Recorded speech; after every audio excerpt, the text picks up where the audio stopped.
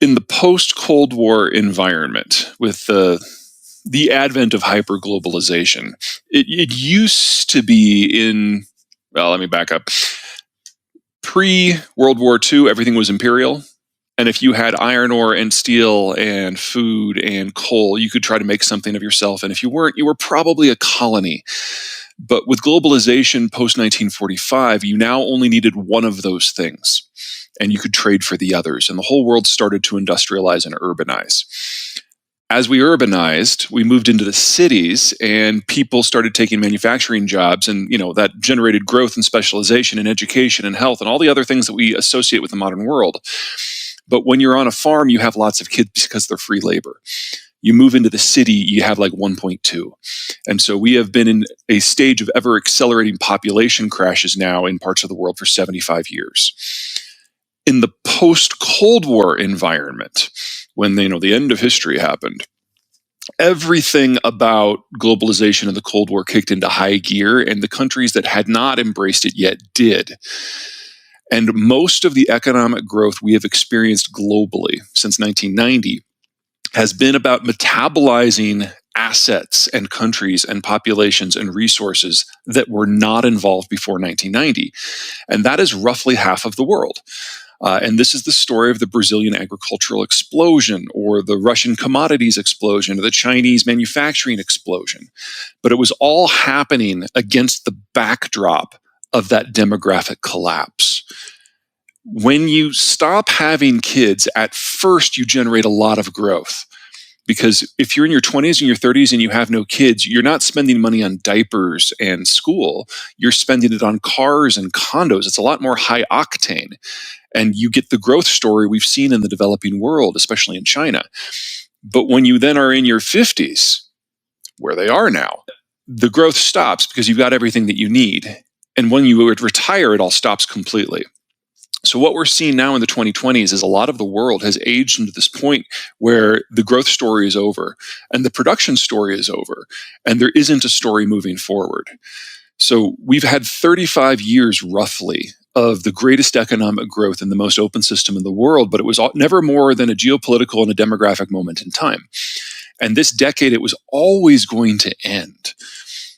And it can be sped up, and we're seeing that now. COVID sped it up. The Ukraine war is speeding it up. The complete descent of China into narcissistic cult of personality, not narcissism, is speeding it up.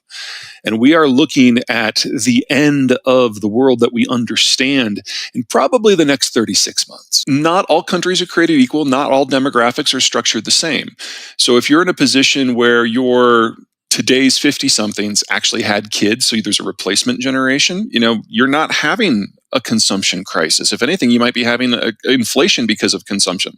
And that's what we're seeing here in the United States. If you are on a chunk of geography where you're physically secure, then if global trade breaks down, you really don't have a problem. And so for the United States, only 12% of GDP is involved in international trade, but half of that is in NAFTA.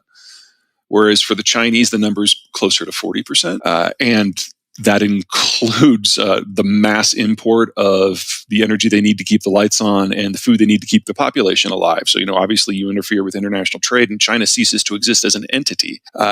So there will definitely be relative winners and relative losers. But if you are a firm that is involved in international trade, there's not a lot about this that looks great, unless, of course, your footprint is in Mexico, in which case, hot damn, you're probably in the best spot in the world. Yeah, it's difficult to overstate just how screwed China is. If you back up to before COVID, they were the most exposed country in the world in terms of energy and food security. They get their stuff from at least a half a continent away, typically more than a continent away. And they are utterly dependent upon the U.S. Navy to keep the trade lanes open in order to access some of those materials. And then they're utterly dependent upon the Americans keeping their market open to sell their end product to. So every stage of the Chinese economic model is dependent not simply on American quiescence, but America actually empowering the Chinese system to succeed. And between the kind of disconnected populism of Trump and the more active nationalism, the kind of disconnected populism of Obama, the more active nationalism of Trump, and now the bureaucratic economic populism of Biden, every piece of the support network that keeps China going is being challenged at the same time. At the same time that the Biden administration has killed their tech sector, at the same time that they've become completely dependent on Russian energy, which, whether it's coming from the West or the East, is at its peak and can only go down from here because the technical workers that are necessary to keep it going are no longer there. At the same time, their demographics have collapsed, with even the Chinese now admitting that they overcounted their population by 100 million people aged 40 and under. At the same time that Xi has completely destroyed all information reporting within the country in order to further his cult of personality. So we are on the verge of a catastrophic, spectacular Chinese collapse.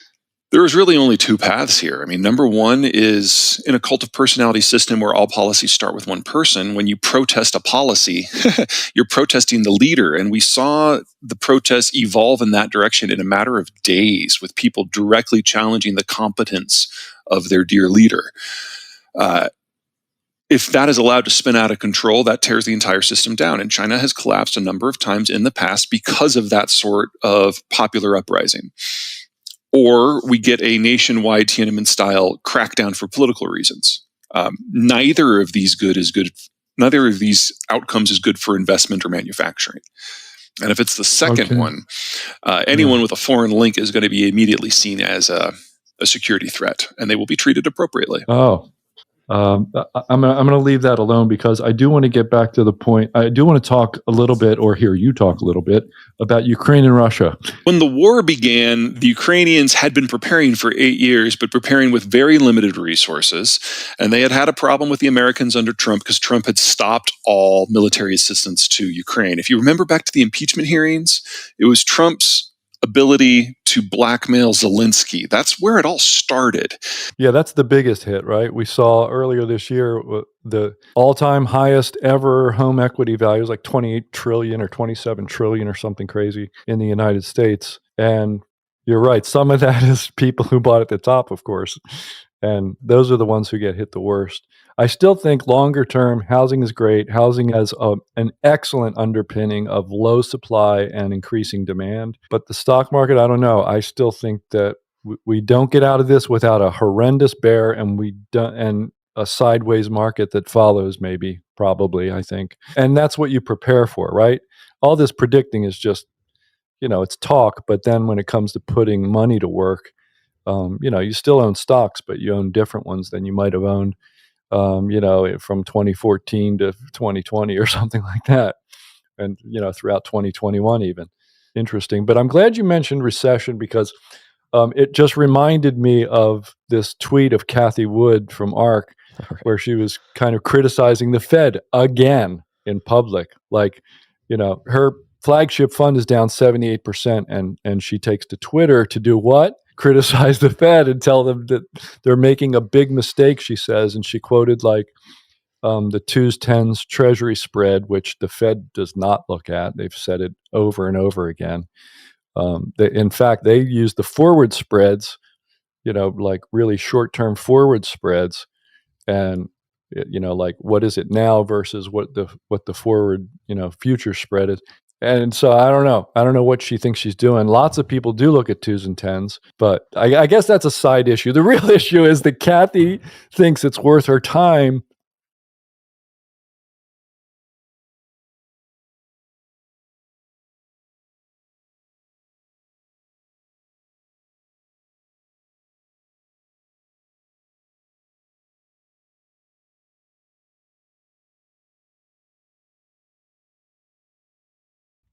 So the United States, for economic and political reasons, is taking a break. Economically, we have indirectly or directly subsidized globalization for 75 years. We did that in order to get allies to fight the Cold War, and we're done. And politically, internally, the American political system every generation or two goes through a reshuffling when the factions that make up the two parties move around. Some fall from power, some become swing voters, some jump ship. This is the 7th time the United States has done this, and we have never gotten through it in less than a decade. And so we're in about year 5, 6 right now. To think that we're going to have this all shaken out by the end of the Biden administration, I think, is a little over optimistic. And as long as that is happening, it's difficult for the United States to even have a conversation with itself about what it wants out of the world. We know what we don't like. We don't like the idea of a regional superpower starting to threaten us. That's one of the reasons we're so anti Chinese at the moment. We don't like the idea of a problem that can't be solved with security issues. We like to use our military to solve our problems. Now, there's a number of reasons why that works. There's a number of reasons why it doesn't work, but it does shape the American response and how the United States is perceived in the world. So, with the possible exception of the Ukraine war giving a little bit of fresh momentum to the Western world, we have seen the United States bit by bit withdraw from everything now for 4.5 straight presidents. This is not an aberration. This is a pattern. The only question is whether or not we get some sort of lasting agreement with the European allies in the aftermath of the Ukraine war, whatever that looks like. And I would argue that it's far too soon to be able to predict that at the moment. Everything about Chinese success since World War II has been because of an outside force. The Chinese lost World War II to the Japanese. Every major city fell, the entirety of the northern China plain fell. It was the United States removing the Japanese from the game that allowed China to be independent again. When Nixon went to visit Mao to turn the Chinese against the Soviets, the price was entrance into the American-led globalized economic order. So the Chinese signed up basically to be on the American side versus the Soviets, and that did very well for them with the tech transfer that came of it, and especially the market access, both in terms of being able to get the raw commodities in and then getting the manufactured goods out. That is the Chinese economic success story. But there's another side to that. When every country globalized and industrialized and urbanized, because the three go together, they moved off the farm and into those condos, and China did it faster than anyone else. And we see that 40 years of breakneck urbanization as the normal for China. The idea that this is replicable forever, that this is just how China is, this growth rate is their normal, and it's not.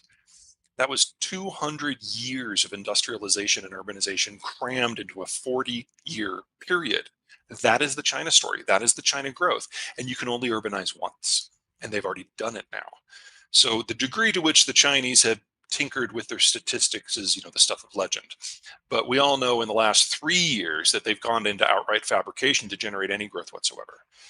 We know that they're struggling with COVID because their COVID vaccine really doesn't work. And because the Chinese were successful at keeping COVID out of the general population until recently, no one in the population has natural immunity either. So if they were to open up, you'd be looking at mass deaths in a very short period of time. The solution, the only health policy that makes any sense in that environment is lockdowns. And in lockdowns, you can't participate in manufacturing supply chains. And even if you could, the demographic bomb is now so far advanced that there are more Chinese in their 50s than their 40s than their 30s than their 20s than their teens. And in that sort of environment, we're already seeing consumption collapse. We saw new car sales collapsing back in 2018, 2 years before COVID shut everything down, back when everyone was convinced that China was the oncoming superpower, and they've never recovered. That's for a rapidly advancing, developing economy. Car sales are like the number one or the number two measure that you watch to see how well they're doing, because that is how people think of their future, a big purchase going towards some sort of asset. They're not doing it at the same time they're not having kids. So the two big signals of national success are actually negative in China and have been for some time. And we're now getting bits and pieces out of the Chinese Census Bureau indicating that they probably overcounted their population by in excess of 100 million people, all who would have been born since one child was adopted, the majority of whom are women. So we're not looking at an inevitable rise here. We're looking at an inevitable collapse. And with some of the decisions that are now being made in Beijing, it's suggesting to me that this is going to happen sooner rather than. Well, even if the United States decided to not build another weapon system, it still has 11 supercarriers. And one supercarrier is enough to take out the Air Force of all but like 3 countries in the world. So I'm not worried about the United States losing its punch. And there's a lot of things that are past the drawing board that are going to be deployed this decade. So the United States will retain the ability to reach out and touch someone uh, at a whim whenever it wants to. That doesn't mean that the United States is going to be using its military power to patrol the global system, especially not the global oceans, to ensure commerce, because we don't have that kind of navy anymore. For that, you need destroyers, hundreds of them. We only have 70, and half of them are dedicated to protecting the carriers. So even if we wanted to, we can't. So I expect we will see a regional breakdown, a series of regional major powers that rise up, whether out of opportunity or desperation, to dominate their own neighborhoods.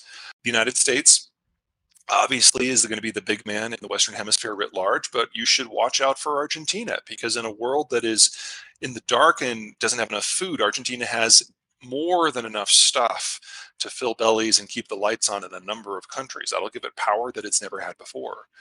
Japan's a country that's figured out how to manage its demographic decline, and they've already signed on for a long-term partnership with the United States. So that's already the world's two most powerful navies that, for the most part, are operating hand in glove. I can see Turkey dominating parts of the southeastern Europe as well as the Caucasus and the Middle East. I can see France taking a big chunk of Western Europe and North Africa into kind of a neo-imperial system. Everyone's going to trade on its own strengths. One of the key things to remember about globalization is it allowed everyone to play. You didn't have to have a military. You didn't have to have oil. You didn't have to have food. You could produce and export whatever you wanted and import everything else. Singapore's an interesting one. I can see Southeast Asia writ large doing pretty well. And Singapore serves as not just an entrepot, but an ultra high end financing and manufacturing center. And if you break down the Chinese system, a lot of that manufacturing is just going to die, but not all of it. Some of it's going to relocate. And Southeast Asia is perfect. You've got a technocratic Singapore, you've got a middle tier countries like Malaysia and Thailand. You've got lower wage issues like Myanmar and Vietnam and Indonesia. It's kind of its own mini globalized system with Singapore at the very top. I can see that working very well for them. They have to figure out a couple of security issues, and they'll probably reach out to the Japanese for that. But I can see that working pretty well. There's two sides to maritime shipping and supply chains. The first is on the front end. If you don't have the iron ore, you cannot have the steel, which means you cannot have the girders and you cannot have the cars. Same for bauxite, same for lithium, same for rare earths. You have to have the base materials or you can't play. On the back end, it's all about the value added. First, the intermediate products and ultimately the finished products. And if we're moving into a world where the United States will not be guaranteeing maritime security, where the United States cannot guarantee maritime security,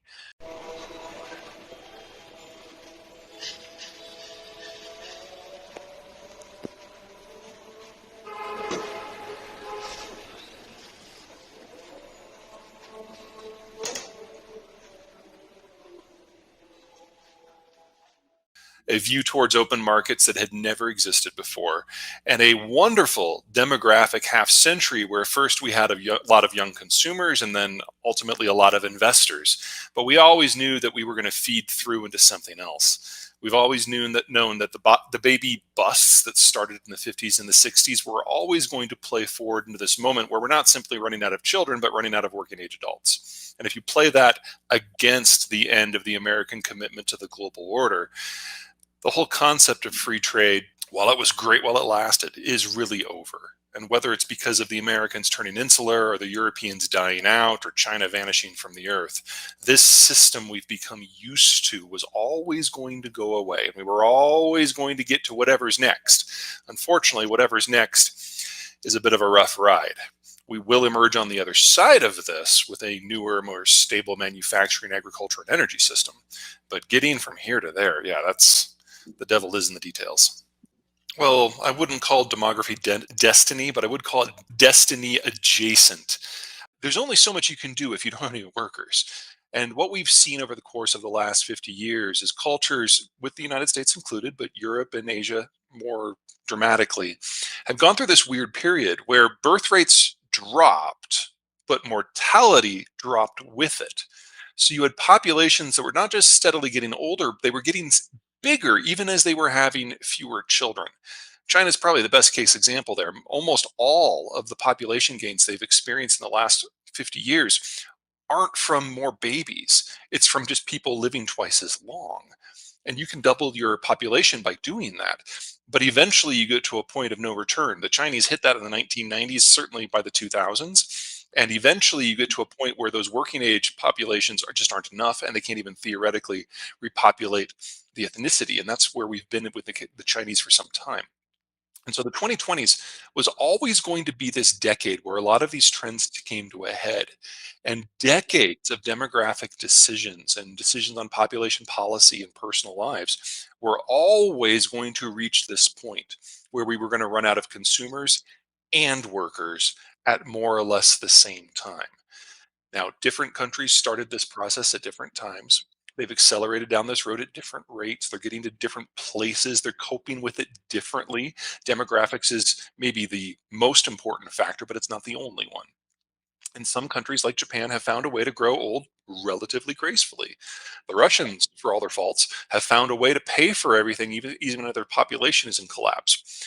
But for every country that's kind of in the good category, there are countries, a thousand of them almost, in the negative category. So the Italies, the Germanys, the Koreas of the world, these are countries that have aged into obsolescence and simply don't have a path forward.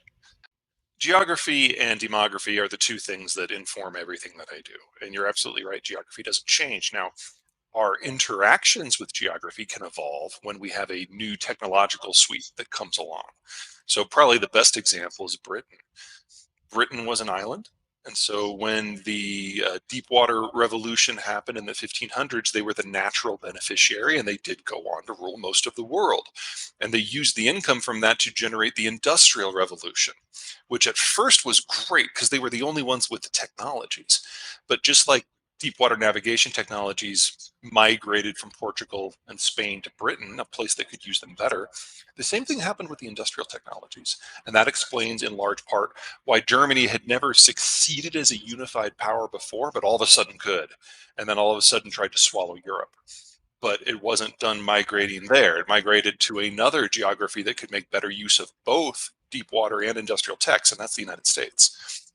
And so this multi-generational pattern through history of technology favoring one geography and then kind of turning its back and favoring a different one, this is in many ways the story of the human condition. And what has changed in the last century is industrialization changed the way that we live. And so we moved off of the farms and into the towns. And when you do that, you have fewer kids. So that introduces demography into the mix as well.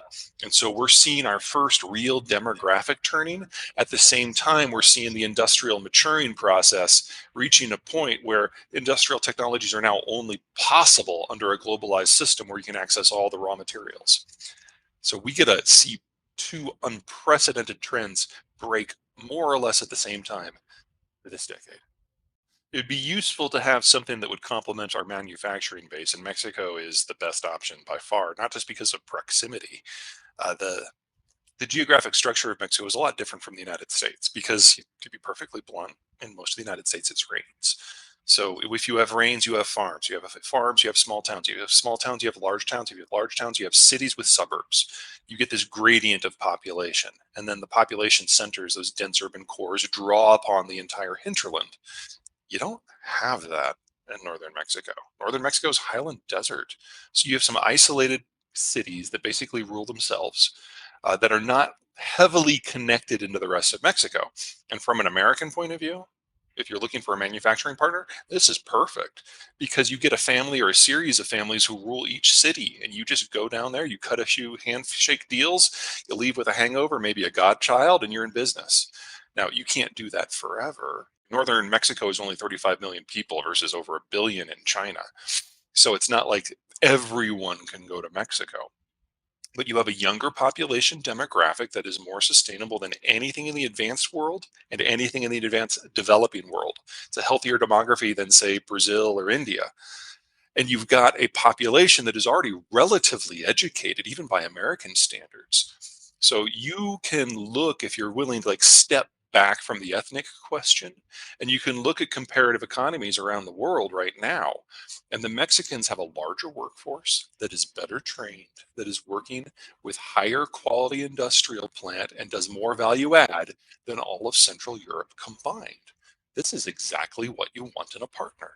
One of the reasons why the United States, compared to a lot of the developing world, has a stronger democratic tradition isn't simply because of age. It's because of that same basic fact that it rains. And if you've got a community that's based in agriculture and then migrates into small towns and from there to larger towns, you've got multiple tiers of power, none of which can veto or prevent actions from the others. And it forces us to get along to a certain degree. Now, clearly, that has not been on display in the last few years. But the whole concept of federalism is that not everyone can dominate everyone else. Mexico is a little bit more problematic. If you're in a place it's desert, you have a stunted political system just like you have a concentrated economic one. If you're in southern Mexico in the tropics, same thing for slightly different reasons.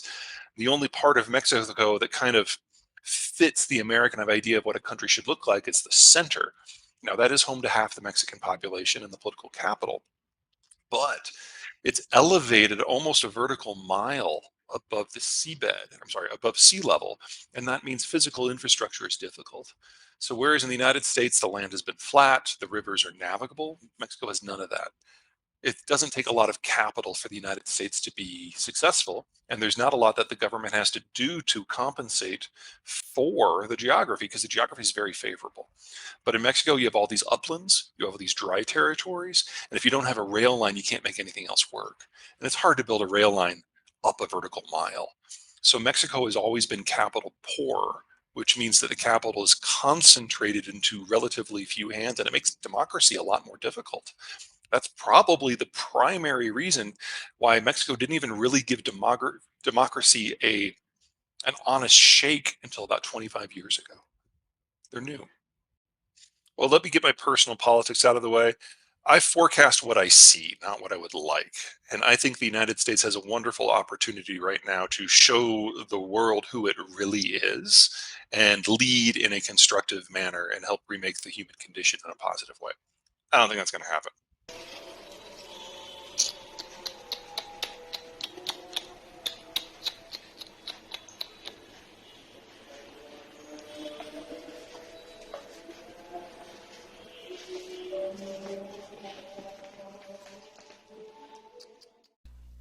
Peter D is absolutely correct. The world over the last 75, 80 years has gotten better and better and better and better, but it's important to understand why we've been able to go down this technological path. We've had three things going on. First of all, we had globalization. At the end of World War II, the Americans found themselves facing off against Stalin on the plains of Europe, and it was a war we knew we could not win. We knew we needed tens of millions of people to stand not behind us or with us, but in front of us to serve as cannon fodder. And that meant bribing them. And our bribe was globalization.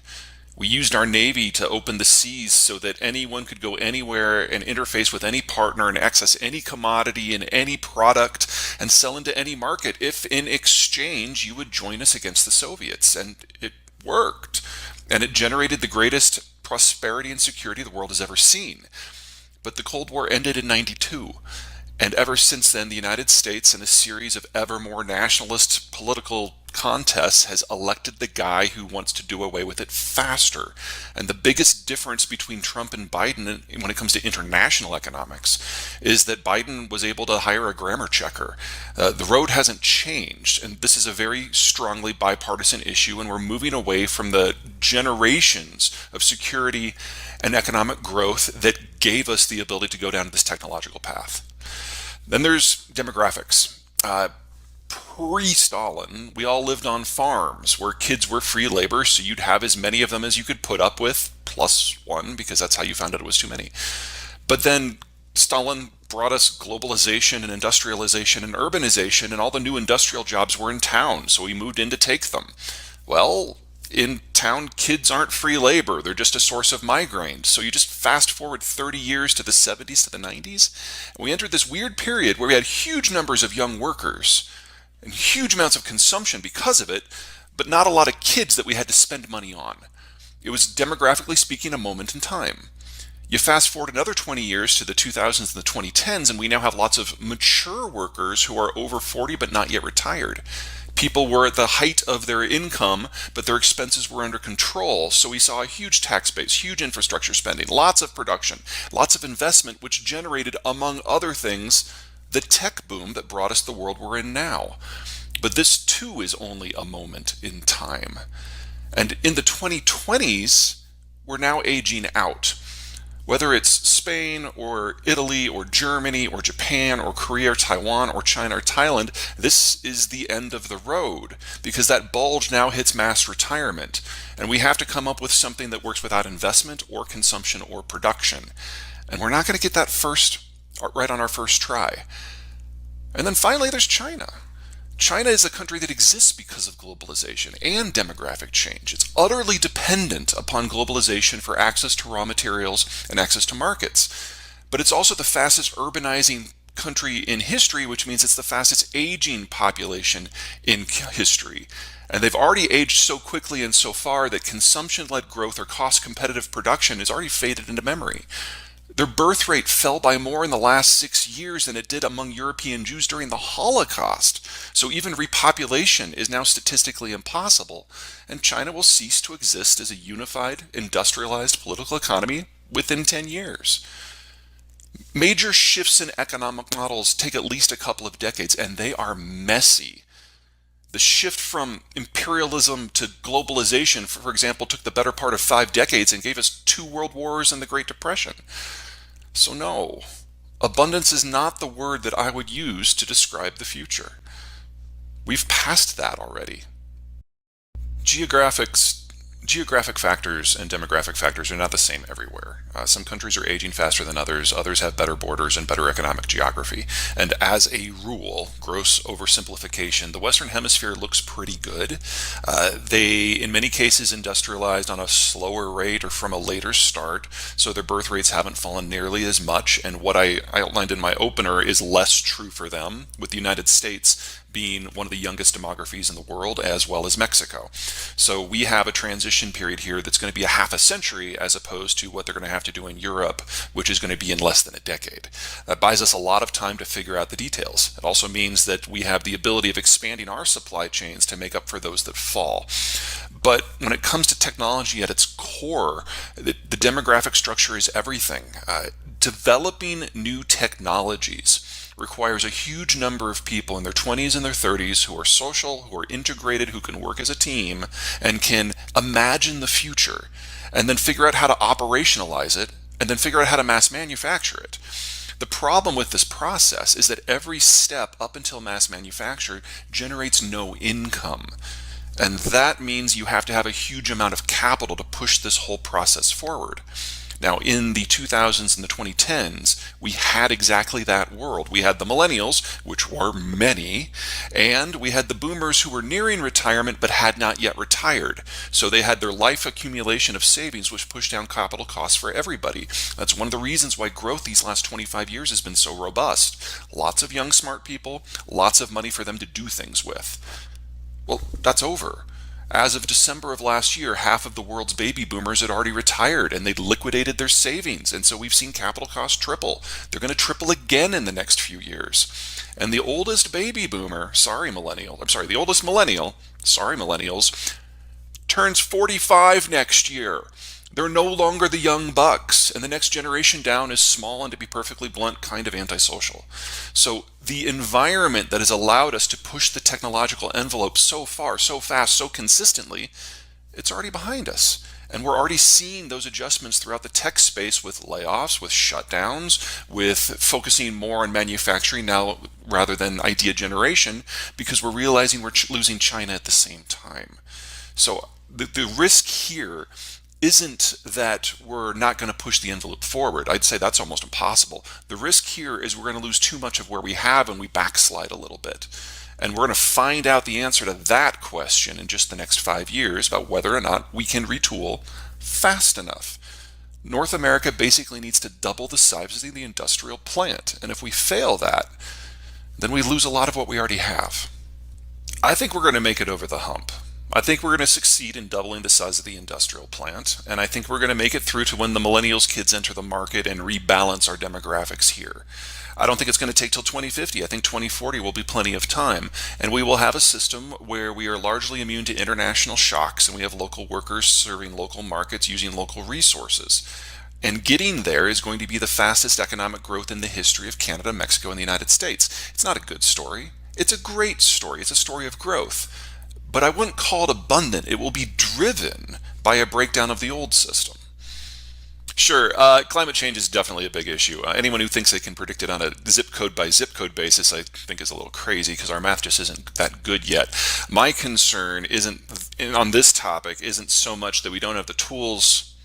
It's that we don't have the tools, yeah, to deal with it yet. I think a best example I can give you is what it takes to put up a solar panel. Aluminum is the most energy intensive of the primary industries that we have. If you look at steel and fertilizer and the rest, taking raw silicon and turning it into a finished silicon panel requires 7 times the energy that it takes to make the same volume of aluminum. And we're probably going to lose most of our capacity to produce polysilicon at scale when the Chinese break down. So the issue here is ultimately out of time frames. How long does it take to build the industrial plant? How long does it take to apply the technology? And the issue that Peter D and I have always struggled with is whether or not we've already passed the point of no return on these technologies and we no longer need the old system to push it forward, or whether we do need time to move it forward. And I think the best example I can give you there of where we haven't crossed the Rubicon yet is AI. AI chips are all 3 nanometer or smaller. They all come from the same city in Taiwan, but that makes it sound a lot simpler than it is. There are 9,000 companies that are involved in the manufacturing system to allow those fabrication plants to work, and over half of them only produce one product for one customer, and they have no competition anywhere else in the world.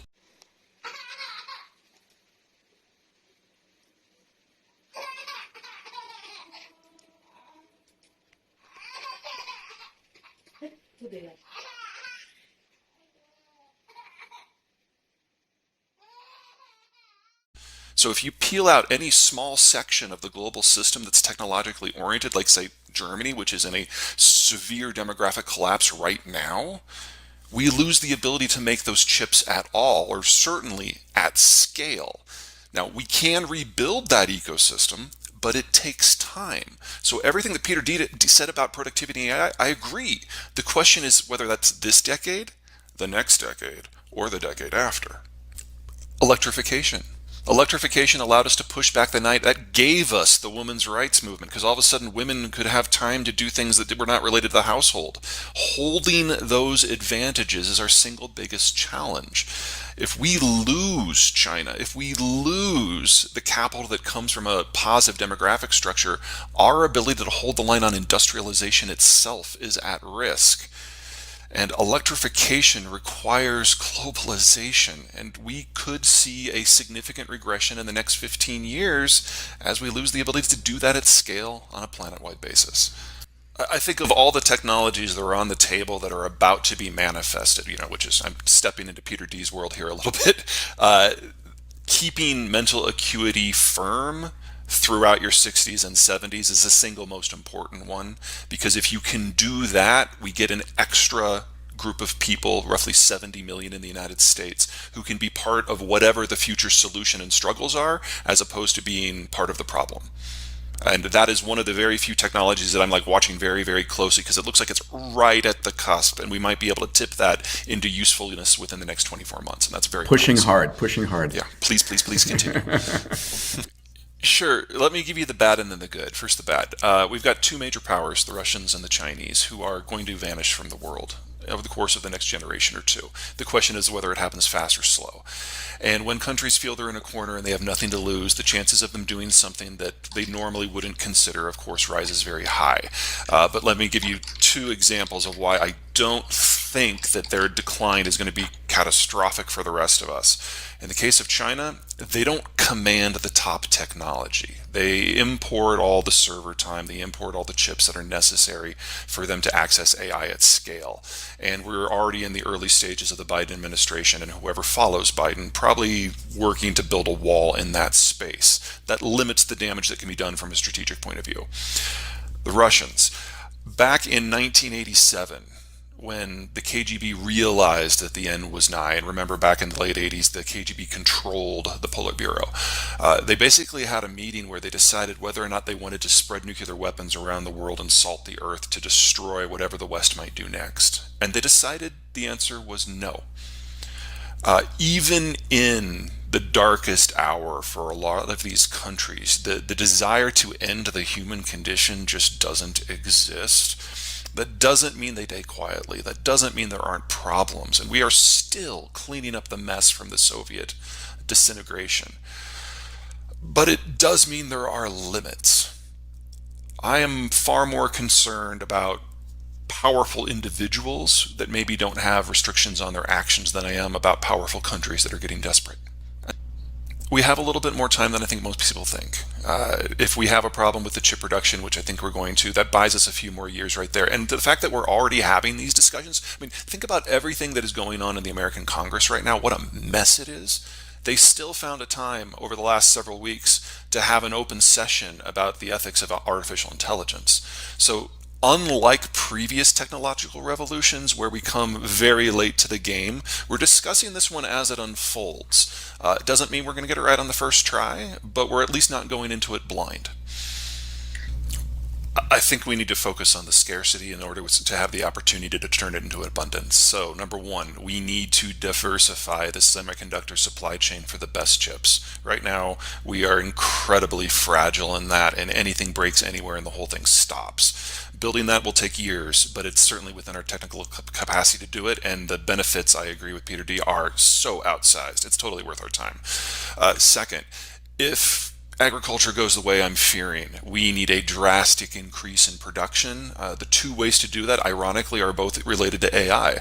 One is automating farming to a degree so that each individual plant gets individual attention. That requires AI on the tractor in order to put pesticides, fertilizers, water, whatever it happens to be, on a plant-by-plant basis. I call it digital gardening. And the other aspect is hacking the genome of absolutely everything. We've been moving in that direction for 30 years. 10 years ago, corn plants were 13 feet tall. Now they're closer to 5, but they generate 3 times as many kernels as the old system did. We need more of that, because if we can't provide broadcast agriculture for a place like Brazil, then places like Illinois need to at least double input to prevent 1 billion people from starving. This can probably all be done in less than a decade, but chop chop. I'm less interested in rice. Soy, I think, is the one that's going to be the real game changer, because it's a protein plant instead of a starch. Let me give you an example to show you the promise and the peril. Textiles. Very unsexy technology was the root of industrialization over a century ago. The model has always been the same, and up until the 90s in the United States, it was women in Appalachia with sewing machines. Well, then we got NAFTA, and the model moved to Mexico, where the women with the sewing machines were cheaper. And then we had the WTO, where it moved to India and China, where the women with the sewing machines were cheaper. Then we had COVID, and suddenly we didn't have clothes. So some enterprising folks in North Carolina built some facilities that are 2 acres under one roof that take raw cotton, clean it, turn it into thread, and then yarn, and then cloth, and then clothes. And the end product is cheaper than what you get out of Bangladesh per unit. And these places have a staff of 2. We had no idea we could do that until we were pushed and we found out we had to. We're going to find things like that as we reindustrialize, but we're not going to know what they are until they happen. Let me give you just an understanding of where we are.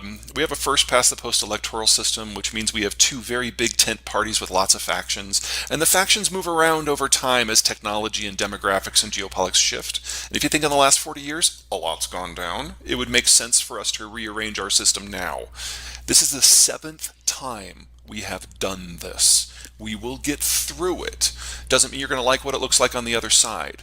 But at moments of transition like this, we get 2 things. Personalities from the outside that just stir the pot. We've seen plenty of those. And civil society takes over the governmental process because the government becomes enabled to do it itself. So that second piece, that's social media. That's the Elon Musks of the world. We might not like it every day, but you got to admit the situation's become a lot more dynamic, and there are a lot more decision makers out there when it comes to economic and technological trends. It's loud, it's messy, but I'd argue it's taken us in the right direction. We don't have the redundancy yet. We don't have the resiliency yet. And if things go with demographics and China and deglobalization the way I'm anticipating, we don't have that in finance or industrial materials or manufacturing or, above all, agriculture. And until we do, people are going to get left behind at scale. Hopefully, over the next 20 years, we can work out the kinks of this transition and not lose a lot of what we've achieved in the last century. But if you look back on the 2 millennia of history before 1900, that suggests that unlocking that potential is a lot more difficult than it seems to us at the moment we're in now.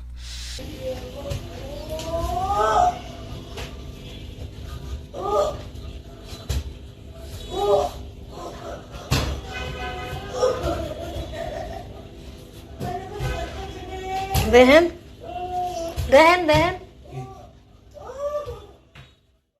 Very broad array of countries. It's very difficult to make a generalization.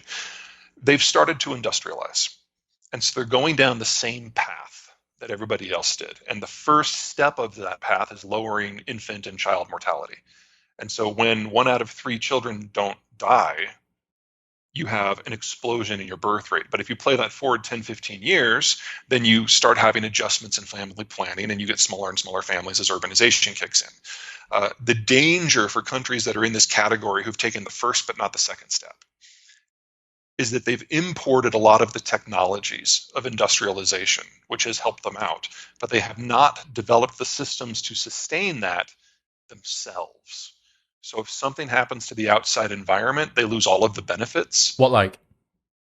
Healthcare, medicines, fertilizers. It's very easy for me to see a lot of these countries facing famine in the not too distant future, because if you break down globalization, yes, that means it's difficult to get oil or manufactured goods. I'm more concerned about agriculture. Agriculture is by far the most delicate and vulnerable of the economic sectors because it needs the equipment, it needs the finance, it needs the fertilizers, it needs the trade options. You break any of those, the whole system falls apart. And with the Ukraine war, we are seeing massive disruptions to the fertilizer sector. With some of the decisions the Chinese have made, same thing. So we're already looking this year at losing roughly a third of global fertilizer supply. That is going to haunt us for a decade. That first. Sure, it's a wide array of factors. So when you move into a city, you have less room, and that just changes the mechanics of raising kids. When you move off the farm, kids are no longer free labor. You have fewer of them. When you urbanize, when you have electricity, you've generated time. And so people can do things after sunset. This is important for everything in terms of economic development, but it's most important for women.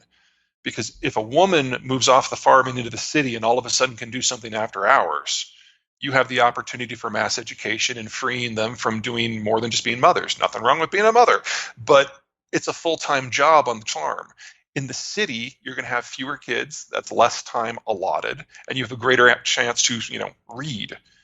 And so the entire women's right movement is basically linked indelibly to electricity. And once you have it, women have fewer kids because they now have other things going on in their lives that compete for attention.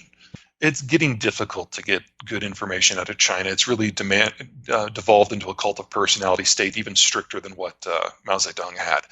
I don't think that the Chinese have a food crisis that is impacting their ability to have calories at the moment. Chinese land is among the worst in the world, and so it requires a huge amount of fertilizer to grow anything, specifically phosphate for rice. It's by far the world's most phosphate-hungry crop, and the Chinese traditionally, because of that, have been the world's largest producer and exporter of the stuff. The problem is actually with African swine fever. Now, you may have heard of that a few years ago. They had a big outbreak. They ended up culling more hogs from their farms than the rest of the world's commercial farms have hogs. Just give you an idea of just how lopsided the pork market is. It's 2/3 of it is China. They went to rebuild their herds, but they never abrogated the debts for the farmers who went out of business. They just offered subsidies to bring in new people. They thought that would be cheaper. Well, you have now 2 million new hog farmers in China who have no idea what they're doing. And let's just say that phytosanitary does not translate into Mandarin well in the first place.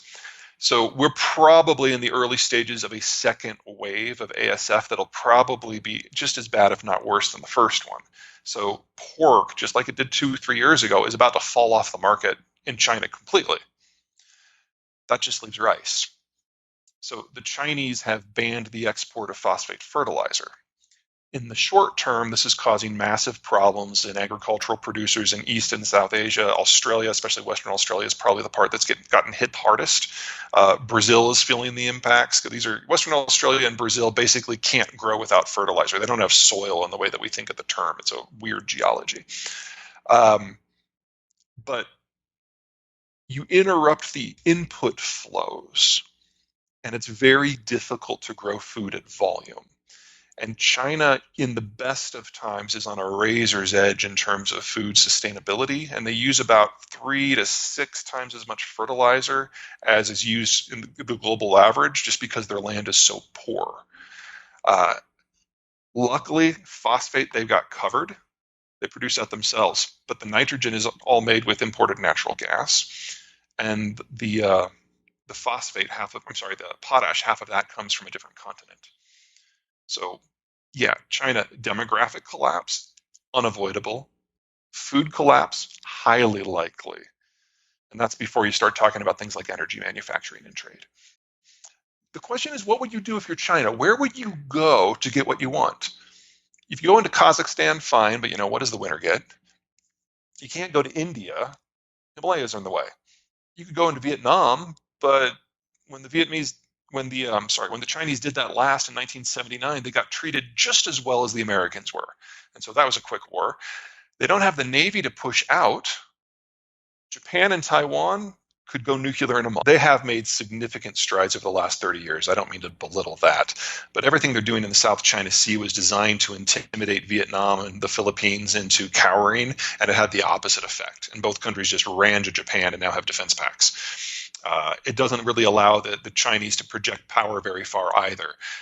They do have a lot of ships. They've got like a 650 ship navy, but 90% of them are really small and can't sail more than 1,500 kilometers from the coast. And that assumes they're going slow in a straight line and no one's shooting at them. In actual combat conditions, they can maybe make it 600K. So they don't have the power projection. And they're the country in the world that is most dependent on reaching the world in order to reach markets and resources. Well, if the Chinese can't reach Europe, they lose their largest market. If the United States throws a trade war, they lose their second largest market. If they can't reach Africa, they lose raw material resources. If they can't reach the Persian Gulf, the lights go out. They're completely dependent on globalization as maintained by the Americans for the entirety of their economic and cultural system. What do you mean when you say as maintained by the Americans? The United States is the country that guarantees freedom of the seas, or traditionally that has been our role since World War II. That's what we're getting out of. And there's going to be this little fun thing with the Ukraine war that's about to happen. So I don't know how much you've been following that, but the Europeans have done an insurance ban, which has dissuaded most reputable carriers from taking Russian crude to China. So the Chinese and the Russians rented a bunch of super tankers, lashed them together into a raft off the coast of Portugal. And they're bringing shuttle tankers from Russia's ports, which can't take super tankers, and doing sea-to-sea transfers in the middle of the Atlantic. I can't wait for somebody just to do and just grab it. It could be Portugal. The Chinese don't have the naval capacity to put anything that far out, neither do the Russians. But someone soon is going to do that, and that's going to shut down the entire energy trade out of Russia. I'm a little surprised it hasn't happened already, but it's going to be a fun day when it does go down. Dude, that's wild. I mean, how much oil are you talking about here? Because presumably if someone was going to do a small act of war in order to take it, it would have to be a worthwhile amount of fuel. Well, you probably wouldn't do it just because you wanted the oil. You would do it because you want to disrupt the Russian financial system, because this would destroy it. One super tanker, the insurance policy on one super tanker is going to run about $1 billion. The Russians only have $5 billion put aside for this. So not only would you disrupt the immediate transfer, which probably